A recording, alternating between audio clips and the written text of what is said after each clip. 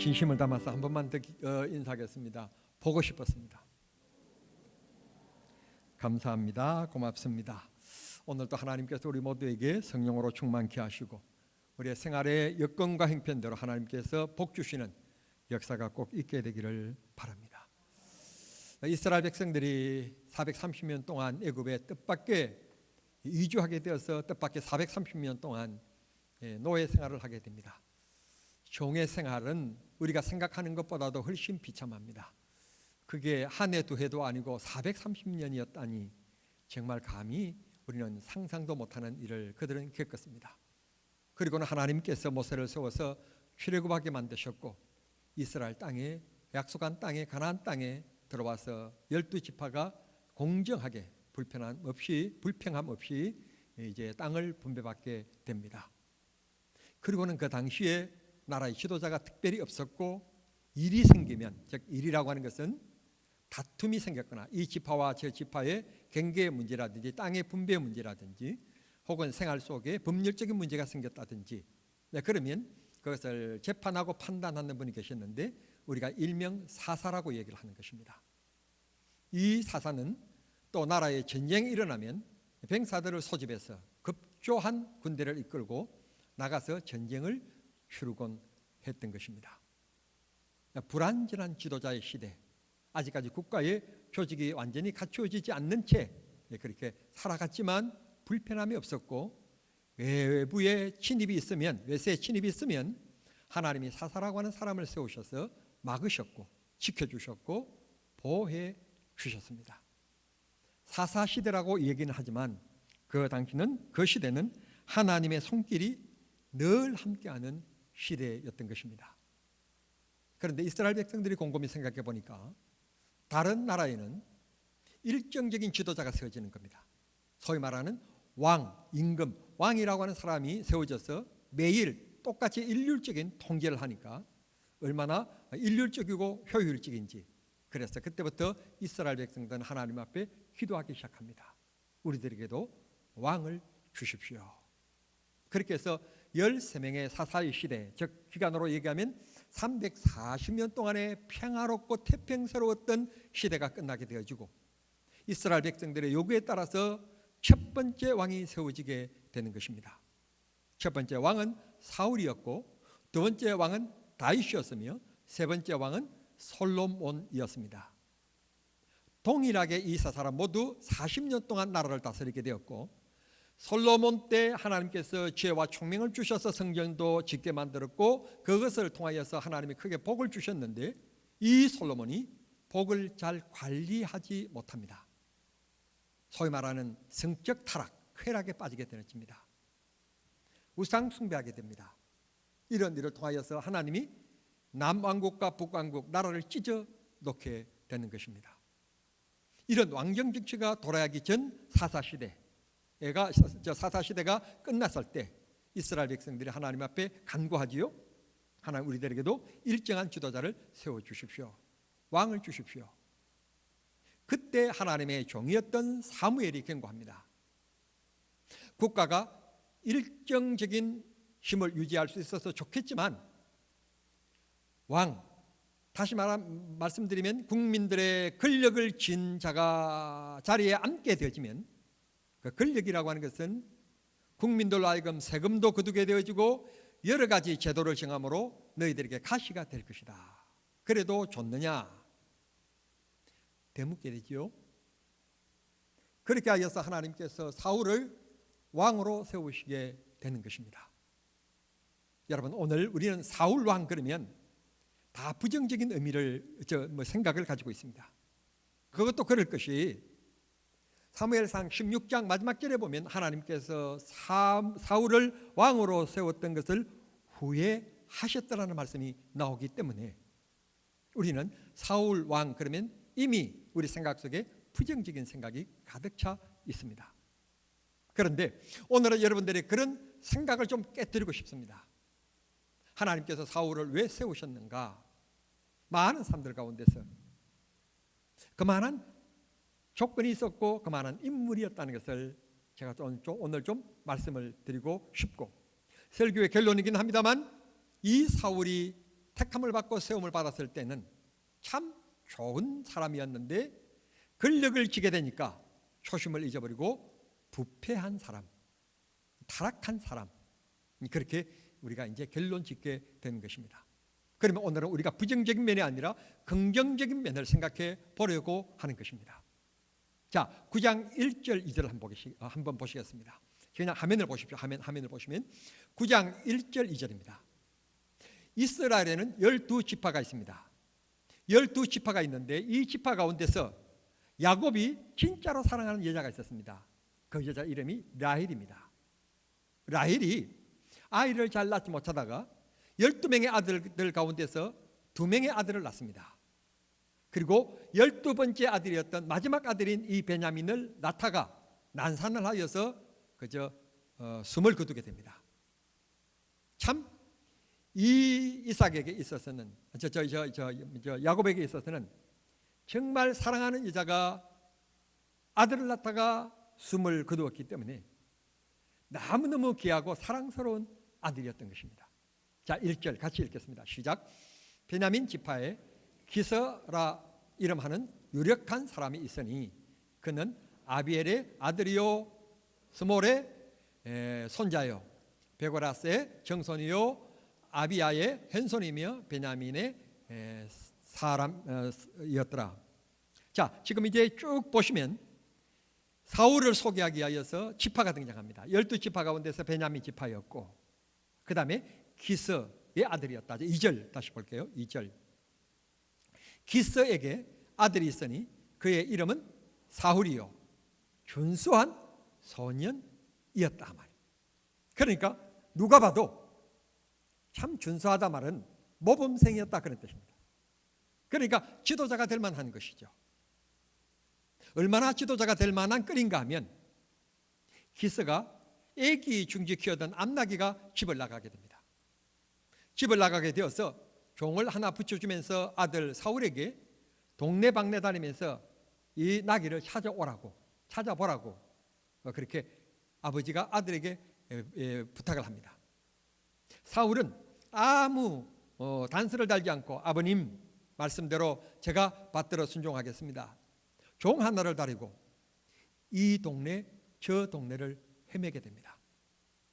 그러다가 어떻게 하다 보니까 베냐민 지파가 자리하고 있는 땅을 벗어나게 됩니다. 땅을 벗어나서 라마라고 하는 동네에 이르게 되었는데 그때 날이 어두워지고 이제 조금 마음이 급해지는 겁니다. 나귀는커녕 밤이 어두워져서 아들이 돌아오지 않으니까 아버지가 걱정하실 것 같다. 얘야 빨리 집으로 돌아가자 하고 사울이 종에게 얘기하죠. 그때 이 종이 한마디를 합니다. 여기에서 아주 중요한 키포인트가 있습니다. 한마디를 하는데 어떤 얘기를 하는가 하면 주인님 지금 우리가 이 라마까지 왔는데 이곳에는 하나님이 귀중히 여기시는 종이 이 동네에 살고 계십니다. 그분에게 가서 우리가 잊어버린 양이 나귀가 어디에 있는지 혹시 여쭈어보면 그 기도하시고 신령하는 분이시니까 혹시 알려줄 줄도 모릅니다. 한번 찾아가 보시고 가죠. 제안을 하죠. 이게 이제 9장 7절 이하의 말씀인데 여기에서 우리가 중요한 것 2가지 한번 생각해 보고자 합니다. 보십시오.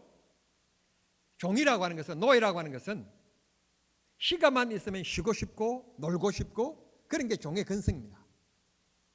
그런데 자기 주인 기서라고 하는 그 주인님이 얼마나 하나님을 잘 섬겼으면 이 종의 마음에 뭐가 자리 잡고 있는가 하면 믿음이 자리 잡고 있었던 것입니다.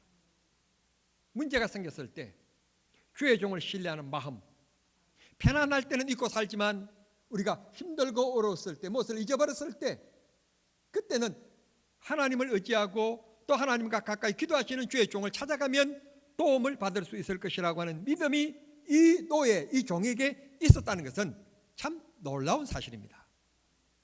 아버지를 보면 아들을 알 수 있고 아들을 보면 아버지를 알 수 있다는 말이 있는 것처럼 이 종을 보면 이 주인의 성품, 생활이 어떠했는가를 알 수 있는데 기서가 하나님을 잘 섬긴 믿음의 사람이었길래 종도 하나님을 잘 신뢰하는 믿음이 있었다고 하는 결론을 우리는 쉽게 내릴 수가 있게 되는 것입니다. 두 번째, 사울이 종의 그 얘기를 듣고 뭐라고 답하는가 하면 7절입니다. 이렇게 얘기합니다. 우리가 어떻게 주의 종을 찾아뵀는데 빈손으로 찾아볼 수 있겠느냐? 어떻게 주의 종을 찾아가는데 어떻게 하나님 앞에 드릴 예물도 준비하지 않고 지금 이미 우리가 먹을 것은 다 먹어버렸는데, 준비해 온 것은 다 먹어버리고 아무것도 없는데 어떻게 빈손으로 찾아갈 수가 있겠느냐? 사울의 믿음을 볼 수 있습니다. 마음입니다. 믿음입니다. 사울은 이렇게 어렸을 때, 소년 때는, 왕이 되기 전까지는 순수했습니다. 믿음의 사람이었습니다. 하나님을 경외할 줄 아는 사람이었습니다. 그랬던 그가 사무엘을 찾아가니 사무엘이 뜻밖의 그 머리 위에 기름을 붓는 겁니다. 기름을 붓는다는 것은 제사장을 임직시킬 때 기름을 붓는 것이고, 왕을 세울 때 기름을 붓는 것이고, 선지자를 세울 때 기름을 붓는 것인데, 자기는 레위 지파가 아니기 때문에 제사장도 아닙니다. 하나님의 음성을 들려주시지 않았고 부르시지 않았기 때문에 선지자도 아닌 것입니다. 그리고 이 나라는 지금 현재 왕이 없는 나라입니다. 그런데 사무엘이 머리에 기름을 붓는 겁니다. 얼마나 본인이 당황했겠습니까? 그때 사무엘이 하나님이 너를 지명하여 불렀다. 그랬더니 그 밑에 말씀에 보면 뭐라고 했는가 하면 하나님의 신이 크게 사울에게 임하였더라. 하나님께서 성령의 충만함과 은혜를 주셨다는 것입니다. 우리가 사회생활도 마찬가지고 교회생활도 그렇습니다. 장로가 되고 싶어 하시는 분들이 있습니다. 그런데 그분들은 투표해서 안 됩니다. 그런데 본인조차도 생각지도 못하는데 무기명 투표해서 당선이 되는 겁니다. 본인도 준비하지 않았기 때문에, 생각하지 않았던 문제이기 때문에 놀라고, 그분이 당선됨으로 하여서 당에도 놀라게 되고, 심지어는 담임 목사님도 어찌할 수 없을 정도로 크게 놀라게 되는 경우들이 있습니다. 결론적인 말씀은 일은 하나님이 하십니다. 사람을 불러 위대하게 쓰시는 것도 하나님이 하시는 것입니다. 똑같은 병원이 있고요, 똑같은 한방병원이 있습니다. 어떤 병원, 어떤 한의사에 가보면 대기하는 환자들이 참 많아요. 똑같은 대한민국에서 만든 약을 다 어느 병원인지 똑같이 쓰는 거예요. 그런데 어떤 곳에 가보면 그 병원에 환자들이 그렇게 많지 않는 것을 봐요. 제가 수원에 있는 유명한 대학병원을 3개월마다 한 번씩 가는데, 전에는 가면 예약된 시간보다도 1시간 정도는 꼭 딜레이 돼요. 꼭 이렇게 기다리게 돼서 지연되어져서 그 1시간 후에 겨우 1분, 2분 그냥 얘기하고 끝나는 거예요. 그런데 어느 날은 갔더니 그 분야에 있어서 그 대학에서 최고의 명성을 얻고 있는 교수님인데 환자가 없어요. 가서 그냥 그거 하니까, 접수하니까 바로 이름을 불러서 바로 진료를 받았습니다. 코로나가 그런가 봐요. 코로나 때문에 대학병원도 환자들이 이렇게 주는가 봐요. 좌우간 똑같은 국수집인데, 똑같은 집인데 이 집은 줄을 서는 사람, 손님들이 줄을 서 있고, 이 집은 팔이 날리는 집이 있어요. 하나님이 하시는 일이에요. 하나님이 복을 주셔야 돼요. 하나님이 지명하셔야 돼요. 목사를 세우고 장로를 세우는 것, 권사를 세우는 것, 여러분들이 어느 정도 준비하시고 어느 정도 기도하고 계셨는지는 모르지만 결국 이 작품은 누가 하셨는가 하면 하나님이 하신 거예요. 그 다음에 하나님이 하셨다는 것을 믿을지인데, 여러분들이 또 믿으셔야 될 것은 하나님이 세우셨다면 하나님이 능력도 주신다. 사울에게 하나님의 영이 크게 임하셨다. 나는 헌금할 돈도 없고 가난하고 배운 것도 없는데, 천만의 말씀입니다. 하나님의 눈에는 많이 배워서 똑똑하다고 생각하는 사람보다도 주식을 많이 가지고 있고 회사에 이사고 무슨 높은 그것에 이식에 있어서 연봉이 얼마고 그런 사람보다 하나님 말씀 앞에 아멘할 수 있고 하나님을 더 사랑할 수 있고, 내가 가난하고 내가 아파봤기 때문에 가난하고 아픈 사람들에게 더 가까이 다가설 수 있는 사람, 그런 사람을 하나님이 지명하여 부르시는 거예요. 교회는 패션장이 아니에요. 고운 옷을 입은 사람에게 가까이 하는 곳이 아닙니다.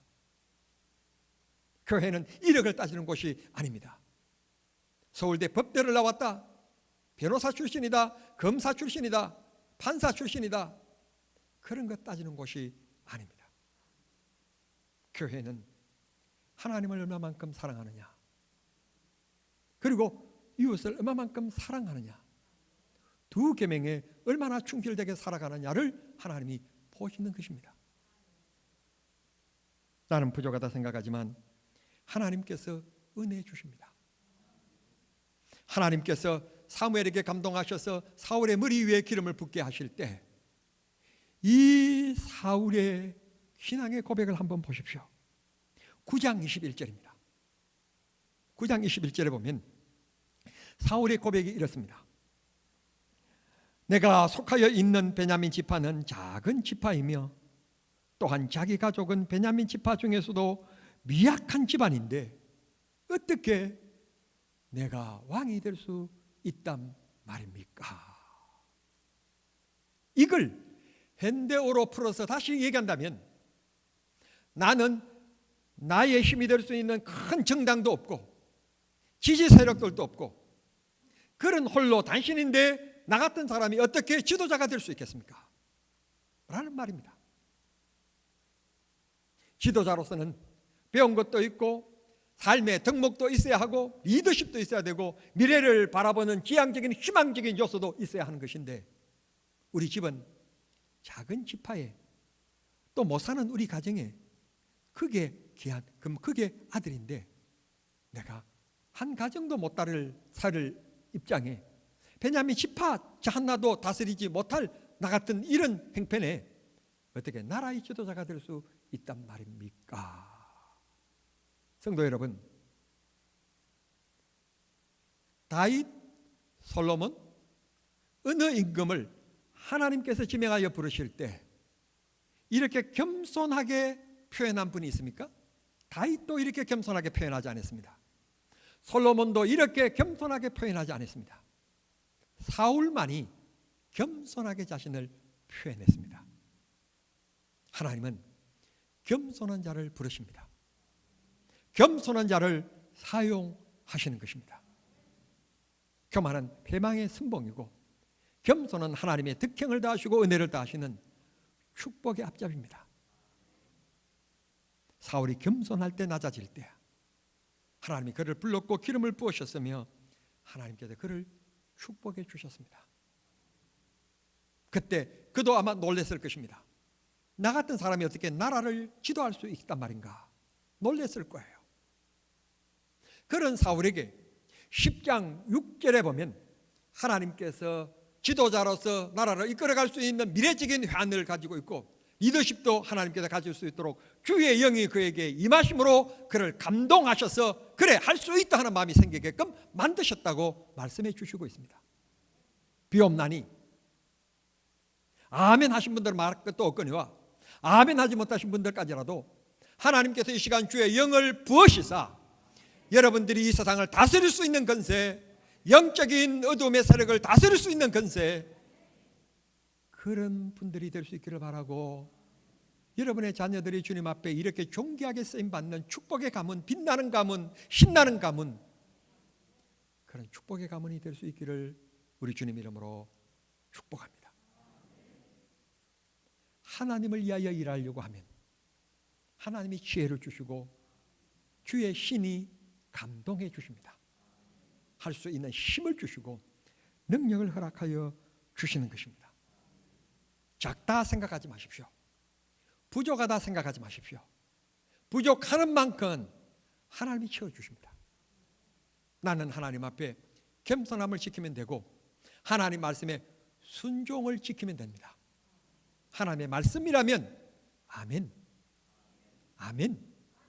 그럼 믿음만 되면 그 믿음을 통하여 하나님이 역사하시는 것이지, 대학교 졸업장을 통하여 하나님이 역사하시거나 재물이 많음을 통하여서 역사하시는 하나님은 아니신 것입니다. 아멘. 믿음입니다. 하나님께서 그 믿음을 통하여 하나님이 크게 축복해 주시는 은혜가 있기를 소원합니다. 그러면 무슨 일이든지 여러분 다 형통하고 태어났을때부터 죽을 때까지 그저 몇 세에 죽든지 간에 그저 우리의 소원은, 여러분하고 저하고 좀 다를 수 있긴 합니다만, 뭐 70을 사든지 80을 사든지 90을 살든지 그냥 죽는 그날까지는 제발 병들지 않고 건강하게 살다가 그냥 그렇게 갔으면 좋겠어요. 그거 뭐 얼마나 축복입니까? 70세 상을 떠나시든지 80세 상을 떠나셔도 한 번도 나는 약이라는 것을 먹어본 적이 뭐 그런 일은 없겠지만 다 초등학교 다닐 때 다 우리가 뭐 대변 받아가 가지고 다 해충약 받아 먹고 했으니까 뭐 그런 일은 없겠지만 그래도 병원에 입원한 일은 한 번도 없었다. 병 때문에 들어 누워서 3일 이상 누워 있은 적이 없었다. 뭐 건강하게 살다가 갔으면 참 좋겠어요. 그런데 말입니다, 그게 우리 마음대로 됩니까? 그게 우리 마음대로 안 되고, 지금 정말 바쁘고 정말 내가 자리를 비우면 안 되는 시간인데 병이 떡 걸려서 입원하지 않으면 안 되는, 의사 선생님이 입원하세요, 이 그 말 한마디는요 호랑이 말보다 더 무섭고요 나라 임금 말보다 더 무서워요. 나라의 대통령도 의사께서 의사가 대통령께서 입원하셔야 되겠습니다. 입원해야 돼요. 그만큼 우리는 건강을 너무너무 소중히 여기고 제일에 두고 살아갑니다. 좋은 일만 있으면 좋겠는데 말씀드린 것처럼 우리 인생이 그렇게 안 되는 것처럼 사울이 기름 부음을 받고 왕이 되려고 하는데 이스라엘 백성들이 그리고 다른 지파들이 옳소 좋소 베냐민 지파라면 좋소 그러면서 다 박수를 쳤을까요? 다 응원했을까요? 아닙니다. 반대하는 자들이 있었습니다. 사울이, 그것도 베냐민 지파가 어떻게 우리나라의 지파의 대표가 되며 왕이 된단 말인가? 그건 아니요 하는 비토하는 사람들이 있었습니다. 이 비토하는 사람들을 성경은 뭐라고 말씀하시고 있는가 하면 불량자다 그렇게 표현합니다. 여러분 27절을 보십시오. 27절에 보면 불량자들이 사울왕이 임금이 된다는 소식을 듣고 반대하였다. 10장 27절 불량자들에게 반대하였다. 그때 사울의 반응을 또 보십시오. 지금 오늘 우리는 사울의 긍정적인 면만 살펴본다고 그랬습니다. 여러분 반대하는 자들이 있으면 무슨 일이나 여러분들은요 스트레스를 받고 열이 오릅니다. 저도 마찬가지입니다. 그런데 이 사울의 인격의 됨됨이를 보십시오. 그 불량자들이 반대 목소리를 내고 반대 피켓을 내거는데 잠잠하였더라. 아무 말도 하지 않았고 대꾸하지 않았으며 자기의 감정을 들춰내지 아니했습니다. 얼마나 사울이 인격적으로 삶의 됨됨이가 잘 되어 있는지 흥분하지 않습니다. 지도자감 아닙니까? 이 정도면 지도자감입니다. 지금 우리나라는 다음 대통령을 뽑기 위하여서 여당과 야당에 출마한 분들이 지금 토론회를 벌이고 그럽니다. 자당의 후보들과 함께 지금 토론회를 벌이는데 무슨 얘기를 하면 금방 그냥 욱흑하는 그런 분들을 그만 볼 수 있게 됩니다. 사울은 그렇지 않았습니다. 지도자는 좋은 일이나 어두운 일이나 공격적인 일이나 무게감이 있어야 합니다. 교회 목사 장로, 교회가 좋은 일만 있을 수가 없습니다. 어려운 풍파를 만났을 때 우리 모두 이쪽 저쪽 줄 설 것을 생각하는 게 아니라 주님을 바라보고 이곳에 주님의 무슨 뜻이 있는지를 생각하며 우리는 무게감을 지키고 주님의 역사를 바라보는 영적인 선택이 있어야 될 줄 믿습니다. 불량자들, 반대 세력들, 반대파들 있었음에도 불구하고 그는 요동치지 않습니다. 이랬던 사울 왕위에 오르자 마음이 변하기 시작합니다. 사람은 언제나 그렇게 되는 것 같습니다. 그래서 옛말에 권력에는 꼭 부패가 있기 마련이라 말을 했던 것 같습니다. 성도 여러분, 우리가 무엇을 맡았을 때, 우리가 어떤 기관에서 중요한 역할을 하고 있을 때, 혹은 사회적으로 어떤 좋은 자리를 얻게 되었을 때, 여러분이 경영하고 계시는 사업이 잘 되고 있을 때, 여러분 초심을 잊지 마시고 중심을 지키며 모든 일은 하나님이 하시며 하나님이 은혜 주시고 힘 주실 것이다. 믿음 꼭 가질 수 있기를 바랍니다. 목사도 만나보면 나보다도 나이가 어리고 후배였고 1년 전에 만날 때만 해도 선배님 그랬던 목사였는데 1년 만에 만나니까 갑자기 고개가 전혀 숙이지 않고 목사님 하면서 목에 힘이 들어가면서 건방을 뜨는 거예요. 목사든지 대통령이든지 지도자들은 인격이 되어야 합니다. 이 친구가 왜 이러지? 이 친구가 뭐가 그렇지? 마음에 물음표가 왔습니다. 다른 사람에게 물었습니다. 동탄으로 가서 어떻게 됐다며? 저 목사 어떤가? 그 교회 옆에 있는 교회들이 있는데 그 교인들을 다 흡수해서 교회가 엄청 부흥됐대요. 그것도 부흥인가? 여러분, 교회가 조그맸을 때는 그렇게 겸손했던 후배 목사가 교인 400명 모인다고 그러니까 목에 힘이 꽉 들어가가지고 저러다가 만약에 4,000명이 모인다고 그러면 스스로 심장마비가 들어서 죽을 것 같다. 사람이 높은 자리에 올라갈수록 겸손해지고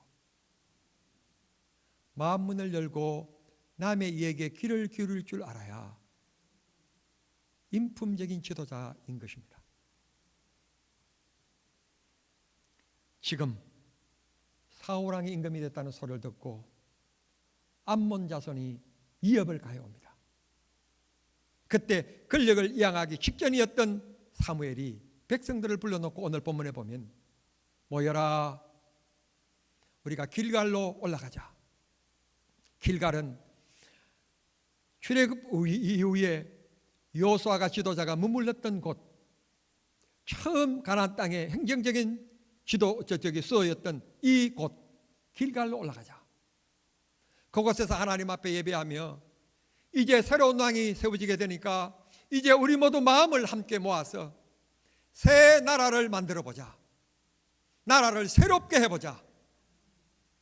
기대와 소망을 국민들에게 주면서 새로운 나라의 출발을 선언하면서 길갈에 모이자고 선언합니다. 우리 모두 2021년이 기울어져 가고 있습니다. 2022년을 준비하는 계절에 접어들었습니다. 목사는 2022년을 어떻게 이 교회에 목회할 것인가 마음이 급해지며 목회계획에 한 줄 한 줄 또 지우고 쓰고 기도하는 계절을 맞이하게 되었습니다. 나라적으로는 새로운 대통령을 세우는 선거의 계절을 맞이했습니다. 다음 정부가 들어왔을 때는 이 정부도 참 잘하셨지만 이 정부보다는 모든 면에 있어서 더 좋은 나라, 그런 분들이구나. 지금보다는 더 좋은 나라, 발전적인 나라, 정말 안보가 튼튼해지고 시장 경제가 살아나서 기업들이 정말 신나게 사업할 수 있고 소상공인들이 정말 세금에 얽매여서 머리가 어깨가 무거운 게 아니라 신나게 일하면 일할 만큼 신날 수 있는 그런 나라. 세금만이 거두어서 국민들에게 재난지원금 나눠주면 그게 뭐가 됩니까? 악순환이 되는 거죠. 이런 중대한 시기 기로에서 대통령 선거가 임박해서 제가 설교하면 목사님이 오늘 굉장히 정치적인 설교를 하시구나 그럴까 봐 지금 대통령 후보가 결정되기 전에 제가 오늘 특별히 개천절이라고 하는데 대종교에서 정한 개천절, 하늘이 열린다는 개천이라는 말인데 뭐 백두산에 내려와서 어떻게 됐다나 저쨌다나 뭐 그래서 뭐 우리나라 역사가 5,000년이 됐다나 저쨌다나 뭐 그러는데 성도 여러분, 우리 모두 이제 이념을 떠나고 정파를 떠나서 정말 다음 정부는 나라다운 나라, 정의로운 나라, 누구에게나 기회가 균등하게 주어질 수 있는 나라, 자유, 민주주의가 더 굳건하게 지켜지는 나라, 그런 나라가 될 수 있도록 기도해야 될 줄 믿습니다. 예루살렘의 평안을 구하는 자가 평안의 복을 받으며 형통의 복을 얻으리라고 말씀하신 대로 우리 모두 나라를 위하여 기도하고 교회를 위하여 기도하며 자녀들을 위하여 기도하는 이 세 가지의 임무, 국민으로서, 교회 교인으로서, 부모로서 꼭 우리는 눈만 감으면 하나님 앞에 해야 될 세 가지 기도 잊지 마시고 하나님 이 나라를 새롭게 해 주시옵소서. 우리 교회에 주의 영이 임하시는 새로운 교회가 되게 해 주시옵소서. 우리 아들, 딸들이 하나님의 선하심에 인도하심을 받고 하나님의 그의 인생길에 복을 주시는 역사가 있으며 우리 아들, 딸들의 가는 길에 악한 자가 있지 않고 대적자가 있지 않으며 경쟁자가 있지 않도록 하나님 보호해 주시옵소서. 그래서 여러분의 자손들이 복을 받고 가정이 복을 받으며 교회가 복을 받고 우리의 대한민국이 하나님의 복을 받는 기쁨의 역사가 있어질 수 있게 되기를 우리 주님 이름으로 간절히 축원합니다. 기도하겠습니다. 사랑하신 하나님 우리 아버지, 사울이 첫 왕이 될 때 겸손했던 것처럼 저희들에게도 겸손한 마음을 주시고 사울이 권력을 쥐었을 때 변질되었는데 우리는 변질되지 않는 사랑과 믿음을 허락해 주시옵소서. 좋을 때나 어려울 때나 하나님 꼭 붙잡게 해주시고 주님 의지하며 주님과 동행하는 저들의 삶이 되게 해 주시옵소서. 오른손을 가슴에 얹고 기도하겠습니다. 하나님 아버지, 오른손을 가슴에 얹은 것은 주님이 우리들에게 역사해 주시기를 원하며 내 오른손을 가슴에 얹었습니다.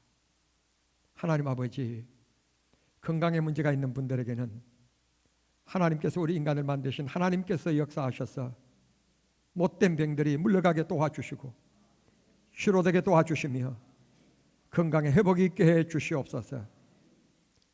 사랑이 식어진 자들에게는 다시 회복될 수 있는 역사가 있게 하시고 믿음이 떨어진 자들에게는 다시 주를 향한 열심이 있게 해 주시옵시고 가정에서 웃음이 떠난 부부 사이 하나님 다시 사랑을 회복할 수 있게끔 축복해 주시옵시고 직장에서 사업장에서 열정을 잊어버렸다면 다시 열심히 일하는 재미가 있는 사업장과 일자리가 될 수 있도록 축복해 주시옵소서. 사람과의 상처받은 마음이 있다면 하나님 그 마음에 하나님께서 위로해 주시고 치료해 주셔서 주의 은혜가 넘치는 생활 되게 하여 주시옵소서. 고3 학생들, 이하여서 어머니, 아버지, 할머니들이 기도하고 있습니다. 그분들의 기도를 들어 응답해 주셔서 우리 아들, 딸들이 하나님 좋은 전공자들이 되게 하시고 그 자리에서 하나님의 영광을 드러내는 축복의 아들, 딸들이 되게 해 주시옵소서. 국군의 날이 지나갔습니다. 하나님 50만 국군 장병들을 축복해 주시고 이 나라가 굳건하게 잘 지켜지게 하시고 이 나라를 넘보는 악한 무리가 없게 해 주시옵소서.